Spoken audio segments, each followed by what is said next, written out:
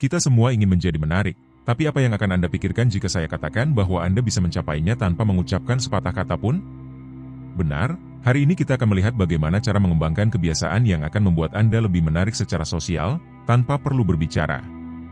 Dan yang terbaik dari semuanya, kita akan melakukannya dari sudut pandang yang didasarkan pada filosofi Stoa. Jika Anda tertarik untuk menemukan cara untuk menjadi lebih menarik dengan cara yang tenang dan kuat, bergabunglah dengan saya. Stokisme, sebuah filosofi kuno, mengajarkan kita untuk hidup selaras dengan dunia dan menerima apa yang tidak dapat kita ubah. Ini adalah filosofi yang menghargai kekuatan batin, pengendalian diri dan kebijaksanaan. Prinsip-prinsip ini dapat berdampak besar dalam hal daya tarik. Karena, mari kita hadapi itu, daya tarik bukan hanya tentang bagaimana penampilan Anda, tetapi juga tentang bagaimana Anda berperilaku dan hubungan yang Anda miliki dengan diri Anda sendiri. Dalam video ini, kami akan membahas beberapa kebiasaan yang dapat Anda terapkan untuk menjadi lebih menarik secara diam-diam. Kami akan mengeksplorasi aspek-aspek seperti kepercayaan diri, ketenangan, kehadiran, dan banyak lagi. Setiap kebiasaan akan sangat terkait dengan prinsip-prinsip Stoik, dan saya akan menyebutkan kutipan-kutipan dari para filsuf yang memperkuat setiap poin ini. Jadi, selain belajar bagaimana menjadi lebih menarik, Anda juga akan mempelajari filosofi yang berpotensi mengubah hidup Anda. Jadi bersiaplah, karena kita akan memulai perjalanan yang tidak hanya akan membuat Anda lebih menarik, tetapi juga membuat Anda menjadi orang yang lebih baik. Sebelum kita lanjutkan, saya akan sangat menghargai jika Anda berkenan untuk membagikan video ini, sehingga video ini dapat menjangkau lebih banyak orang. Jika Anda tidak ingin melewatkan video saya yang lain, silakan berlangganan dan nyalakan lonceng kecil. Mari kita bahas kebiasaan pertama, yaitu percaya diri. Percaya diri adalah salah satu kualitas yang paling menarik yang bisa dimiliki seseorang. Dan yang terbaik dari semuanya, Anda tidak perlu mengucapkan satu kata pun untuk menunjukkannya. Pertimbangkan apa yang dikatakan Marcus Aurelius, salah satu filsuf Stoa yang hebat. Ketenangan yang sempurna terdiri dari tatanan pikiran yang baik, di dalam kerajaan Anda sendiri. Ungkapan ini mengingatkan kita bahwa kepercayaan diri yang sejati datang dari dalam, dari memiliki pikiran yang damai dan harmonis. Jadi, bagaimana kita mengembangkan rasa percaya diri ini dari sudut pandang Stoa? Pertama, kita perlu memahami bahwa kepercayaan diri bukanlah tentang mengetahui segalanya, atau menjadi yang terbaik dalam segala hal. Ini adalah tentang merasa nyaman dengan diri Anda sendiri, menerima kekuatan dan kelemahan Anda sendiri. Salah satu kebiasaan yang bisa Anda kembangkan adalah meditasi setiap hari. Anda tidak perlu melakukannya berjam-jam, hanya beberapa menit sehari saja sudah bisa membuat perbedaan besar. Meditasi membantu Anda terhubung dengan diri sendiri, menenangkan pikiran, dan menemukan ketenangan batin yang disebutkan oleh Marcus Aurelius. Seiring waktu, Anda akan menyadari bahwa Anda merasa lebih percaya diri dan tenang dalam situasi sosial, karena Anda telah melatih batin Anda. Latihan lainnya adalah refleksi diri. Luangkan waktu sejenak di akhir hari untuk merefleksikan tindakan dan pikiran Anda. Apa yang telah Anda lakukan dengan baik?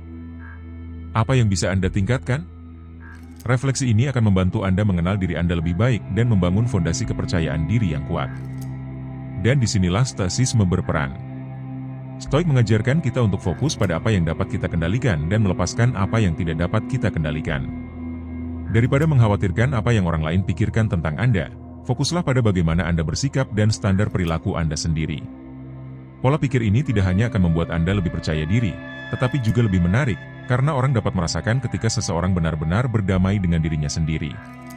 Ingat, kepercayaan diri itu diam. Anda tidak perlu berbicara tentang pencapaian Anda atau menyombongkan diri, Anda hanya perlu hadir, otentik, dan menjaga ketenangan batin. Orang-orang secara alami tertarik pada mereka yang memancarkan energi yang tenang dan percaya diri. Kita beralih ke kebiasaan kedua, yaitu ketenangan. Ketenangan adalah hal yang sangat menarik. Ketika Anda tenang, Anda memberikan rasa aman dan stabil, dan itu adalah sesuatu yang sangat menarik bagi banyak orang. Epictetus, seorang filsuf Stoa yang hebat, mengatakan, yang penting bukanlah apa yang terjadi pada Anda, tetapi bagaimana Anda bereaksi terhadapnya. Ungkapan ini mengajarkan kita bahwa tetap tenang dan hening, apapun yang terjadi di sekitar Anda, adalah tanda kekuatan yang besar. Jadi bagaimana kita bisa memupuk ketenangan ini? Salah satu cara yang efektif adalah dengan melatih pernapasan yang penuh perhatian. Ketika Anda merasa cemas atau stres, berhentilah sejenak dan fokuslah pada pernapasan Anda. Tarik napas dalam-dalam melalui hidung, isi paru-paru Anda dengan udara, lalu hembuskan perlahan-lahan melalui mulut. Ulangi hal ini beberapa kali sampai Anda merasa pikiran Anda tenang. Latihan lain yang berguna adalah belajar menerima hal-hal yang tidak dapat Anda ubah. Ketabahan mengajarkan kita bahwa banyak hal dalam hidup yang berada di luar kendali kita. Cuaca, lalu lintas, pendapat orang lain. Daripada merasa frustrasi dengan hal-hal ini, cobalah untuk menerimanya. Tanyakan pada diri Anda, apakah ini sesuatu yang bisa saya kendalikan? Jika jawabannya tidak, maka biarkan saja. Hal ini tidak hanya akan mengurangi stres Anda, tetapi juga akan memproyeksikan citra seseorang yang berdamai dengan dunia. Selain itu, ketenangan dapat terlihat dari bahasa tubuh Anda. Pertahankan postur tubuh yang rileks, tetapi tidak lesu. Gerakan Anda harus lambat dan disengaja, tidak tergesa-gesa atau gugup. Pertahankan kontak mata dengan orang lain, tetapi jangan dipaksakan. Semua ini mengomunikasikan bahwa Anda merasa nyaman dengan diri sendiri dan situasinya. Ketika Anda tenang, Anda memberikan kesan seseorang yang memegang kendali, tidak hanya terhadap diri mereka sendiri, tetapi juga terhadap keadaan. Orang-orang tertarik pada mereka yang bisa tetap tenang di tengah kekacauan karena hal itu memberi mereka rasa aman dan percaya diri. Ingat, menjadi tenang bukan berarti menjadi apatis, itu berarti menjadi tenang dan mengendalikan emosi Anda. Ini adalah kualitas yang, meskipun diam, berbicara banyak tentang karakter Anda. Kita beralih ke kebiasaan ketiga, kehadiran. Kehadiran adalah salah satu hal yang sulit untuk didefinisikan, tetapi mudah dikenali ketika Anda melihatnya. Ini adalah kualitas untuk sepenuhnya berada di saat ini, benar-benar berada di sana bersama orang-orang dan situasi yang Anda hadapi. Seneca, salah satu tokoh Stoa yang hebat, mengatakan, berada di mana-mana berarti tidak berada di mana-mana. Ini berarti bahwa ketika kita mencoba untuk membagi perhatian kita di antara banyak hal, kita tidak benar-benar memperhatikan satu hal pun. Maka kehadiran adalah tentang memusatkan perhatian sepenuhnya pada di sini dan saat ini. Bagaimana kita memupuk kehadiran ini? Pertama, latihlah seni mendengarkan. Ketika seseorang berbicara kepada Anda, berikan perhatian yang tulus. Jangan berpikir tentang apa yang akan Anda katakan selanjutnya, atau melihat ponsel Anda. Dengarkan saja. Hal ini tidak hanya akan membuat Anda terlihat lebih tertarik dan penuh perhatian, tetapi juga memungkinkan Anda untuk terhubung lebih dalam dengan orang lain. Aspek penting lainnya adalah menyadari lingkungan sekitar Anda. Amati detail orang dan tempat. Jangan hanya melihat, tetapi benar-benar mengamati. Hal ini akan membantu Anda untuk menambatkan diri Anda pada momen saat ini dan merespons situasi secara lebih otentik. Anda juga bisa melatih kesadaran penuh, mindfulness. Ini melibatkan melakukan kegiatan sehari-hari dengan kesadaran penuh. Hal ini bisa menjadi sesuatu yang sederhana seperti minum secangkir teh. Alih-alih meminumnya dengan cepat, luangkan waktu sejenak untuk menghargai aroma, rasa, dan kehangatan dari secangkir teh tersebut. Praktik-praktik kesadaran ini melatih Anda untuk hadir di setiap momen. Kehadiran juga tercermin dalam bahasa tubuh Anda. Pertahankan postur tubuh yang terbuka dan rileks. Tunjukkan ketertarikan dengan gerak tubuh dan ekspresi wajah Anda. Hindari kegelisahan atau gangguan yang dapat mengindikasikan bahwa pikiran Anda sedang berada di tempat lain. Ketika Anda benar-benar hadir, orang-orang akan memperhatikan. Mereka merasa bahwa Anda benar-benar penting, bahwa Anda benar-benar tertarik pada mereka dan apa yang mereka katakan. Hal ini menciptakan hubungan yang lebih kuat dan lebih dalam, yang merupakan bagian penting dari daya tarik diam. Ingat, kehadiran bukanlah tentang menjadi pusat perhatian, tetapi tentang terhubung sepenuhnya dengan momen saat ini dan orang-orang di sekitar Anda. Ini adalah kualitas yang kuat yang menunjukkan rasa hormat dan pertimbangan, dan itu sangat menarik. Kita beralih ke kebiasaan keempat, integritas. Integritas adalah salah satu nilai inti yang selalu menonjol, bahkan ketika tidak disebutkan. Hal ini berarti hidup sesuai dengan prinsip dan nilai-nilai Anda, jujur dan otentik setiap saat. Epictetus berkata, pertama-tama katakan pada diri Anda sendiri akan menjadi apa, lalu lakukan apa yang harus Anda lakukan. Kutipan ini mengingatkan kita akan pentingnya bersikap konsisten dengan apa yang kita yakini dan bagaimana kita bertindak. Integritas bukanlah sesuatu yang bisa dipalsukan, melainkan sesuatu yang harus tertanam kuat dalam diri Anda. Untuk menumbuhkan integritas, pertama-tama Anda harus mengetahui nilai-nilai Anda sendiri. Apa yang penting bagi Anda? Prinsip-prinsip apa yang memandu hidup Anda? Luangkan waktu untuk merenungkan pertanyaan-pertanyaan ini dan pastikan tindakan Anda mencerminkan jawaban Anda. Ketika tindakan Anda selaras dengan nilai-nilai Anda memproyeksikan keaslian yang sangat menarik. Bagian penting lainnya dari integritas adalah bersikap jujur, tidak hanya kepada orang lain, tetapi juga kepada diri sendiri. Ini berarti mengakui kesalahan Anda dan belajar darinya. Orang-orang menghormati mereka yang cukup berani untuk mengakui kegagalan mereka dan bekerja untuk memperbaiki diri. Selain itu, bersikap jujur akan membebaskan Anda dari beban untuk menjaga penampilan palsu, sehingga Anda dapat hidup dengan cara yang lebih tulus dan santai. Integritas juga berarti menepati janji dan komitmen Anda. Jika Anda mengatakan akan melakukan sesuatu, lakukanlah. Orang-orang mempercaya mereka yang dapat diandalkan dan konsisten. Hal ini membangun reputasi yang kuat dan membuat Anda menonjol sebagai seseorang yang dapat dipercaya, dan ini sangat menarik. Terakhir, integritas tercermin dari cara Anda memperlakukan orang lain. Perlakukan orang lain dengan hormat dan penuh kasih sayang, tanpa memandang siapa mereka atau apa yang mereka tawarkan kepada Anda. Hal ini tidak hanya menunjukkan karakter Anda, tetapi juga menciptakan lingkungan yang saling menghormati dan saling percaya. Ketika Anda hidup dengan integritas, Anda menjadi orang yang memiliki prinsip dan nilai yang kuat. Orang-orang tertarik pada keaslian dan kejujuran karena keduanya merupakan kualitas yang membangun kepercayaan dan rasa hormat. Dan, pada akhirnya, menjadi seseorang yang dapat dipercaya dan dihormati adalah salah satu bentuk daya tarik diam yang paling kuat. Mari kita lanjutkan ke kebiasaan kelima, pengendalian diri. Pengendalian diri atau kontrol diri adalah karakteristik penting yang tidak hanya membuat Anda lebih menarik, tetapi juga menunjukkan kekuatan batin yang besar. Di dunia di mana orang sering bertindak impulsif, seseorang yang menunjukkan pengendalian diri benar-benar menonjol. Marcus Aurelius, salah satu kaisar Stoa yang hebat, mengatakan, Anda memiliki kekuatan atas pikiran Anda, bukan atas peristiwa eksternal. Sadarilah hal ini dan Anda akan menemukan kekuatan. Kutipan ini mengingatkan kita bahwa meskipun kita tidak dapat mengendalikan apa yang terjadi di sekitar kita, kita dapat mengendalikan bagaimana kita bereaksi. Jadi, bagaimana kita mengembangkan pengendalian diri? Pertama, penting untuk belajar mengenali emosi Anda tanpa membiarkannya mendominasi Anda. Ketika Anda berada dalam situasi yang penuh tekanan atau provokatif, luangkan waktu sejenak untuk bernapas dan mengevaluasi perasaan Anda sebelum bereaksi. Hal ini tidak hanya akan membantu Anda tetap tenang, tetapi juga mencegah Anda mengatakan atau melakukan sesuatu yang mungkin akan Anda sesali. Melatih kesabaran adalah cara lain untuk mengembangkan pengendalian diri. Kita hidup di zaman yang serba instan, tetapi belajar untuk menunggu dan bersabar bisa sangat bermanfaat.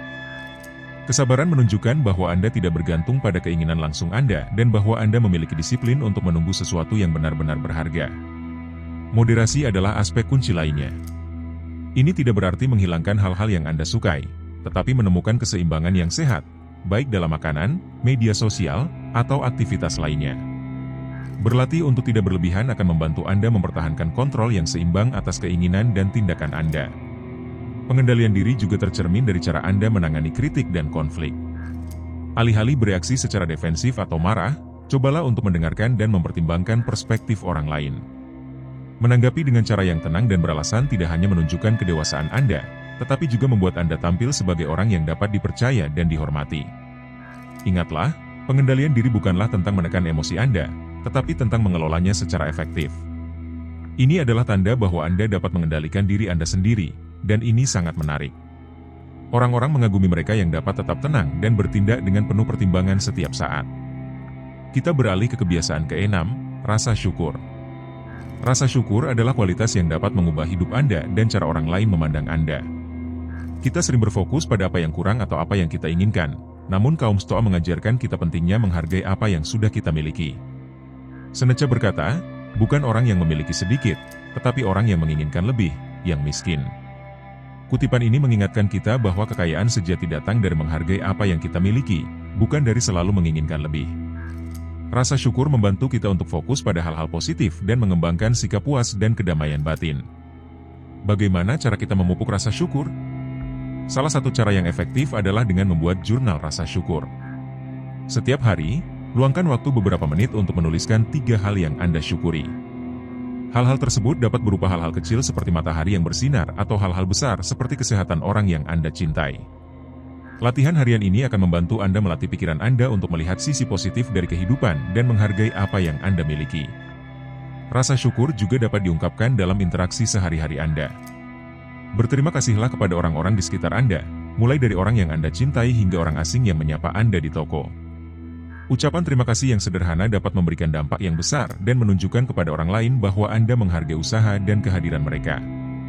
Cara lain untuk mempraktikkan rasa syukur adalah melalui refleksi. Luangkan waktu sejenak setiap hari untuk merenungkan hal-hal baik yang telah terjadi pada Anda. Bahkan pada hari-hari yang sulit, carilah setidaknya satu hal positif. Sikap bersyukur yang terus-menerus akan membuat Anda lebih positif dan optimis, kualitas yang sangat menarik. 7. Dekompresi pikiran yang berlebihan menjadi langkah-langkah konkret. Ketika terlalu banyak berpikir membuat kita kewalahan, rasanya seperti memikul beban batu besar. Ukuran kekhawatiran kita tampaknya sama dengan berat seluruh dunia dan kita terjebak di bawah awan tebal pikiran kita sendiri. Perasaan ini tidaklah unik, ini adalah kondisi yang dialami oleh semua manusia, yang diperburuk di dunia yang menuntut kinerja tinggi di semua bidang kehidupan. Pekerjaan, hubungan, pertumbuhan pribadi dan status sosial. Tekanan untuk berprestasi dapat melumpuhkan kita dengan keraguan dan ketakutan. Sebagai panduan untuk menembus kabut pemikiran yang berlebihan ini, Marcus Aurelius pernah berkata, rintangan untuk bertindak menjadi tindakan, apa yang menghalangi menjadi jalan.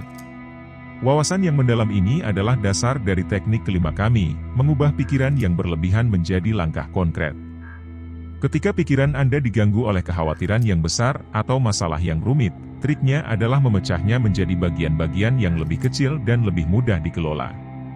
Tanyakan pada diri Anda apa langkah selanjutnya yang bisa saya ambil, tidak perlu 5, 10, atau 20 langkah ke depan, tapi cukup satu langkah saja. Bertindak pada satu langkah mungkin tampak sepele, tetapi ini adalah penangkal yang ampuh untuk berpikir berlebihan. Dengan berfokus pada satu tindakan, Anda menyalurkan energi kekhawatiran menjadi tindakan. Hal ini seperti mengurai simpul besar, dengan mengerjakan satu persatu bagian kecil. Anda tidak mengabaikan kerumitan kekhawatiran Anda menavigasinya dengan tujuan dan ketepatan. Keindahan teknik ini terletak pada kesederhanaan dan keefektifannya. Setiap langkah kecil yang Anda ambil akan membangun momentum, dan ketika Anda melihat ke belakang, Anda akan menyadari bahwa batu kekhawatiran tersebut sekarang menjadi tumpukan kerikil, Anda telah bergerak maju selangkah demi selangkah. Metode ini mengajarkan kesabaran, ketangguhan dan kepercayaan diri dalam kemampuan untuk menghadapi tantangan secara langsung. Tiba-tiba, apa yang dulunya tampak tidak dapat diatasi menjadi tidak ada lagi, dan pemikiran yang berlebihan berubah menjadi perasaan pencapaian dan kejernihan. 8. Carilah kebijaksanaan di luar diri Anda. Hal ini sangat penting ketika kita terjebak dalam pusaran pemikiran yang berlebihan. Seringkali, pikiran kita menjadi sebuah labirin yang rumit di mana setiap upaya untuk menemukan jalan keluar tampaknya mengarah pada kebingungan lebih lanjut dan analisis yang berlebihan. Kita mencoba memecahkan teka-teki hanya untuk menemukan bahwa potongan-potongan itu tampaknya berlipat ganda tanpa henti, membuat kita terjebak dalam siklus yang tak berujung.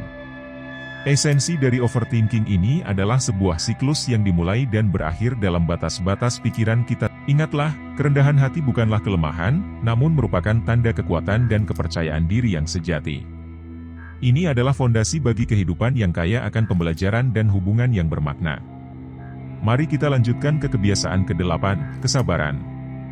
Kesabaran adalah sebuah kebajikan yang, meskipun terkadang diremehkan, memiliki dampak yang luar biasa pada bagaimana orang lain memandang Anda dan bagaimana Anda mengelola kehidupan sehari-hari. Seneca berkata, waktu akan menemukan kebenaran.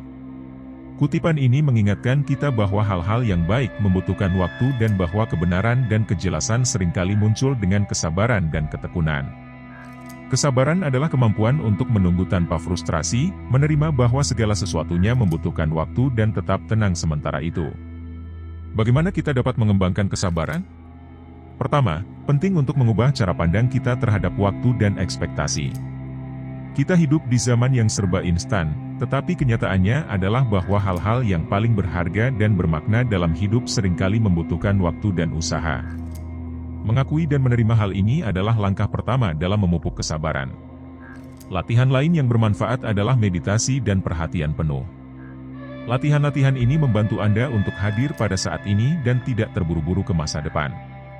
Ketika Anda merasa tidak sabar, luangkan waktu sejenak untuk menarik napas dalam-dalam dan fokuslah pada saat ini. Meditasi secara teratur dapat melatih pikiran Anda untuk menjadi lebih sabar dan tidak terlalu reaktif. Selain itu, latihlah kesabaran dalam kehidupan sehari-hari Anda. Hal ini dapat dilakukan sesederhana menunggu dalam antrean tanpa memeriksa ponsel Anda, mendengarkan seseorang dengan penuh perhatian tanpa menyela, atau menyelesaikan tugas tanpa terburu-buru. Tindakan kesabaran kecil ini akan bertambah dan memperkuat kemampuan Anda untuk bersabar dalam situasi yang lebih besar dan lebih bermakna. Ingat, kesabaran bukan hanya tentang menunggu, tetapi bagaimana Anda menunggu. Mempertahankan sikap positif dan tenang saat menunggu menunjukkan kedewasaan dan pengendalian diri yang baik. Orang-orang tertarik pada mereka yang dapat menangani penantian dengan anggun dan tenang, karena hal ini menunjukkan kekuatan batin dan kepercayaan diri dalam prosesnya. Ketika Anda bersabar, Anda memproyeksikan citra seseorang yang tenang, percaya diri, dan memegang kendali.